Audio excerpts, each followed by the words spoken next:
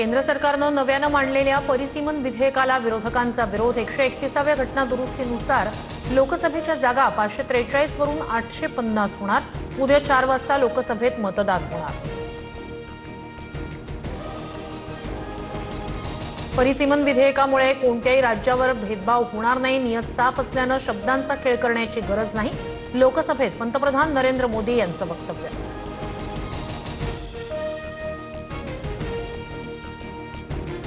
परिसीमन विधेयकाबाबत विरोधकांकडून भ्रम पसरवला जातोय। दक्षिणेकडील राज्यांची ताकद कमी होणार नाही।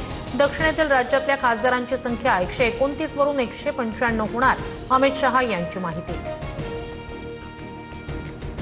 घटना दुरुस्ती विधेयकानं आपण देशाला विभाजनाच्या दिशेने नेतोय। 50% जागा वाढवल्या नाही तर दक्षिणेतील खासदार कमी होतील। खासदार अरविंद सावंत यांचं वक्तव्य।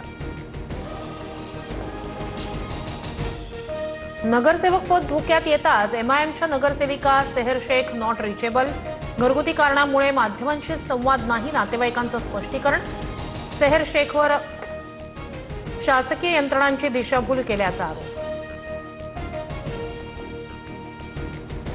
चंद्रपूर पाहणी दौऱ्यावेळी पर्यावरण मंत्र्यांनाच प्रदूषणाचा फटका। मंत्री पंकजा मुंडे यांची गाडी कोळशाच्या धुळीनं माखली। सर्वजण मिळून प्रदूषणावर मात करू, पंकजा मुंडे यांची प्रतिक्रिया। किशोरी पेडणेकर यांनी बाळासाहेब ठाकरेंचा अपमान केल्याचा सत्ताधाऱ्यांचा आरोप। बाळासाहेबांना तुम्ही विकत घेतलं का, पेडणेकर म्हणाल्या। महापौर रितू तावडे यांचा दावा। किशोरी पेडणेकर यांनी आरोप फेटाळले।